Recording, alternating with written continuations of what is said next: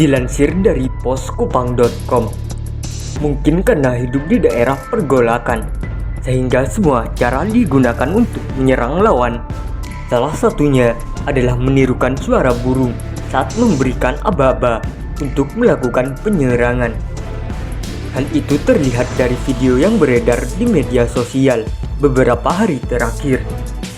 Dalam video tersebut, terlihat ada insiden baku tembak antara kelompok kriminal bersenjata KKB di Papua dengan prajurit TNI Polri. Kelompok yang merupakan pasukan bersenjata KKB mengendap-endap di balik tebing sambil menenteng senjata. Yang lain berlari ke arah depan, sementara yang lainnya dalam posisi tiarap dengan senjata siap tembak. Tak lama berselang, terdengar suara burung dan pada saat bersamaan, kawanan bersenjata itu berlarian kian kemari. Mereka umumnya bergerak satu arah, yakni ke depan. Mereka berlari sambil merunduk. Cara tersebut mungkin sebagai siasat agar pergerakannya tak terlihat musuh. Musuh yang dimaksud KKB Papua adalah TNI Polri yang disebut sebagai teroris Indonesia. Tatkala saat bergerak di bawah kaki tebing, tiba-tiba terdengar suara burung. Ternyata suara burung itu berasal dari mulut Komandan Operasional KKB Papua.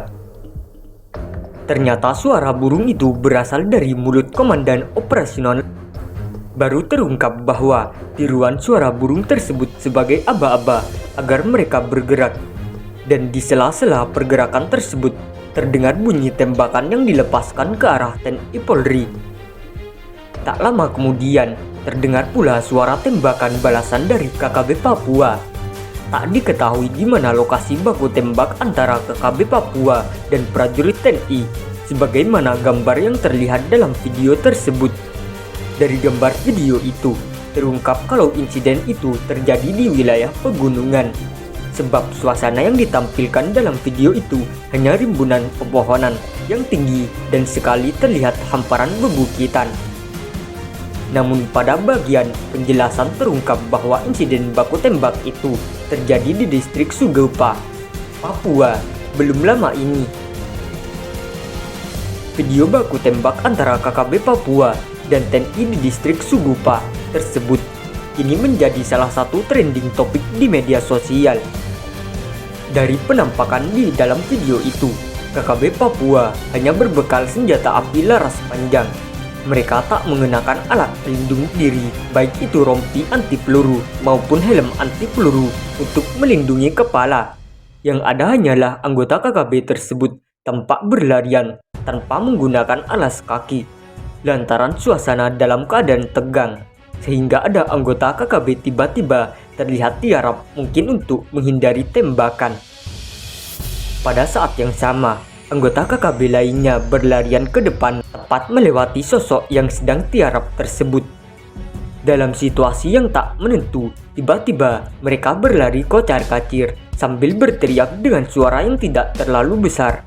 Video yang berdurasi 2:31 detik itu pun sontak menjadi perhatian netizen. Pasalnya, para gerilyawan KKB Papua tersebut rupanya hanya berbekal peralatan yang seadanya. Meski demikian, mereka terlihat tidak mengenal rasa takut. Bahkan ketika mendengar bunyi tembakan balasan, mereka semakin bersemangat untuk bergerak mendekat. Kelompok separatis tersebut merupakan bagian dari pasukan pergerakan Operasi Papua Merdeka atau disingkat UPM. Hingga saat ini tak terhitung lagi jumlah korban jiwa yang gugur di medan pertempuran.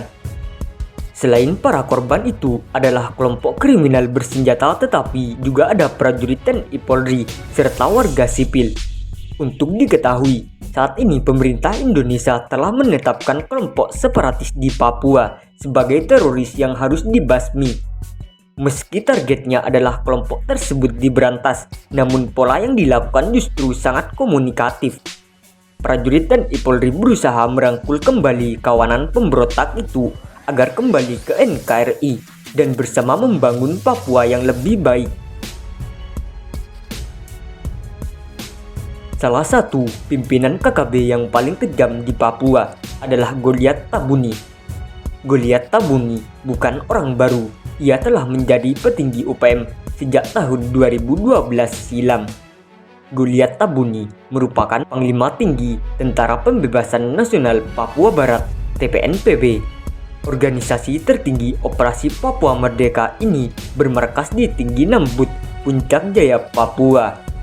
Hingga dinobatkan sebagai pimpinan TPNPB, Goliat Tabuni melewati perjuangan yang panjang. Awalnya ia berjuang bersama Kelly Koali di Timika yang bermarkas di Kali Kabur. Penyanderaan di Mapenduma beberapa waktu lalu dilakukan saat Goliat masih menjadi anggota Kelly Koali. Setelah itu, Goliat pindah ke Puncak Jaya memimpin pasukan dan mulai beraksi tahun 2004 sampai saat ini.